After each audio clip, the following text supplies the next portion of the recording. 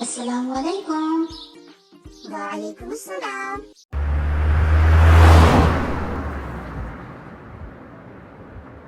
ایک ہلچل مچانے والے شہر میں جو گھومتی ہوئی پہاڑیوں اور سرسبز کھیتوں کے درمیان آباد ہے، ایک ایسی کمیونٹی رہتی تھی جو اپنی گرمجوشی اور مہمان نوازی کے لیے مشہور تھی۔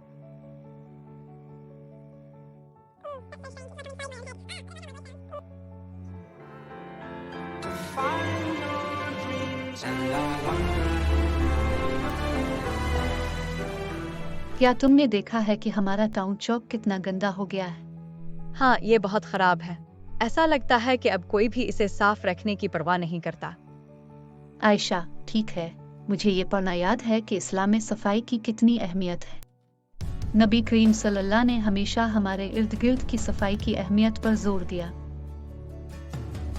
تم ٹھیک کہہ رہی ہو عائشہ، ہمیں اس کے بارے میں کچھ کرنا چاہیے۔ ان کی گفتگو اور اسلام کی تعلیمات سے متاثر ہو کر عائشہ اور اس کے دوستوں نے اقدام کرنے کا فیصلہ کیا۔ کام کرتے ہوئے انہوں نے اسلام میں صفائی کی اہمیت کے بارے میں بات کی اور یہ کہ یہ صرف اپنے آپ کو صاف رکھنے کے بارے میں ہی نہیں بلکہ صاف ستھرا ماحول کو برقرار رکھنے کے بارے میں بھی ہے۔ اس سے مجھے وہ حدیث یاد آتی ہے جس میں رسول اللہ صلی اللہ نے فرمایا تھا، صفائی نصف ایمان ہے۔ کچرا اٹھانے جیسی آسان چیز عبادت ہے۔ میں اب بہت بہتر محسوس کر رہا ہوں کہ یہ صاف ہے۔ میں بھی، اور یہ سب اسلام کی تعلیمات کو یاد رکھنے کی بدولت ہے۔ کہ دل اطمینان اور تشکر سے بھر گئے۔